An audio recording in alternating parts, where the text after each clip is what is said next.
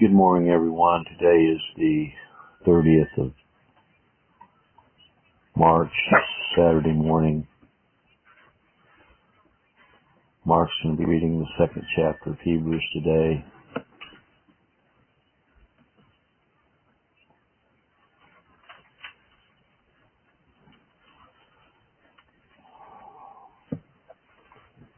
One of the main verses in this chapter is verse 8.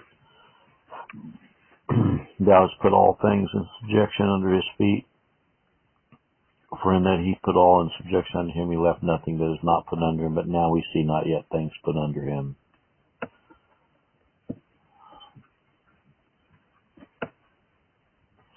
The Arminians like to use this verse to justify their universal atonement idea. Jesus was made a little lower than the angels, the suffering and death, crowned with glory and honor, for that he, by the grace of God, should taste death for every man.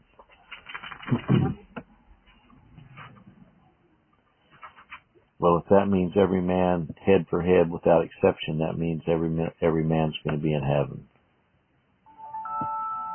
What that means is he tasted death for every man that he atoned for. Everyone who was chosen in him before the foundation of the world. That's who he tasted death for. Because the next verse 10 says, in bringing many sons unto glory, not bringing all sons unto glory.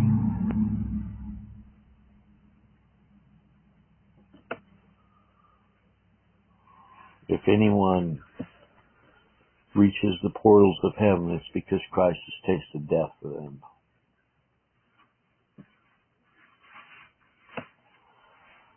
So I'll turn this over to Mark. I hope you're all having a good weekend so far.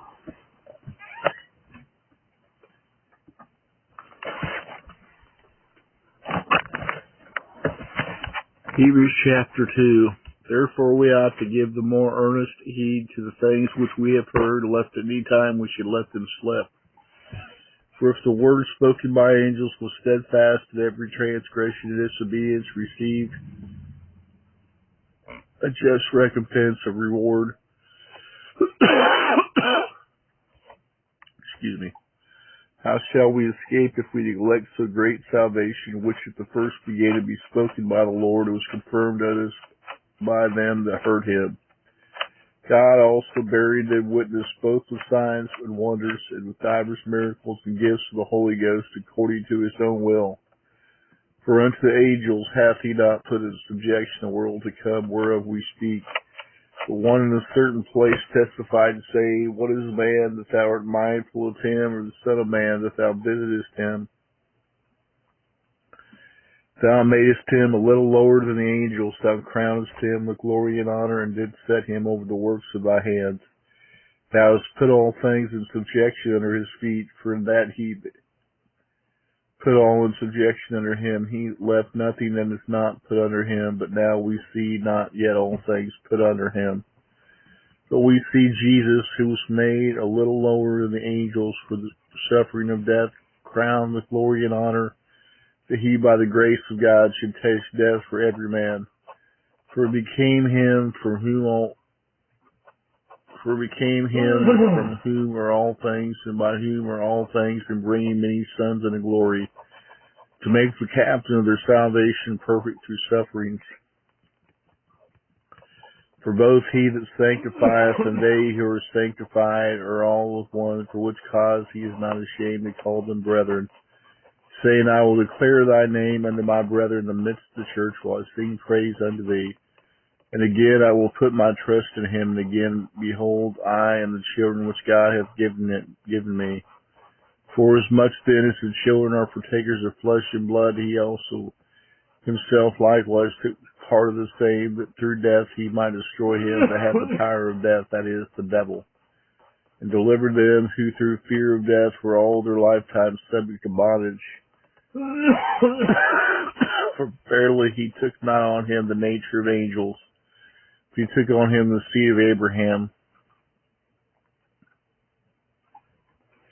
Wherefore in all things it behooved him to be made like unto his brethren, that he might be a merciful and faithful high priest in things pertaining to God, to make reconciliation for the sins of the people. For in that he himself has suffered being tempted, he is able to succor them that are tempted.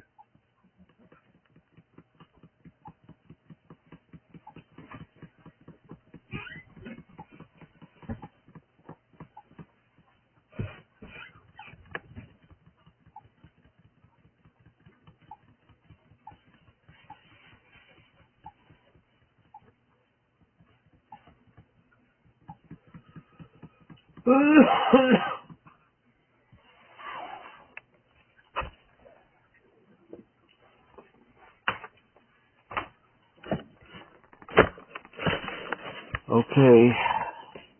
We'll probably be back with you on Monday morning since tomorrow's Sunday. Hope you have a good day and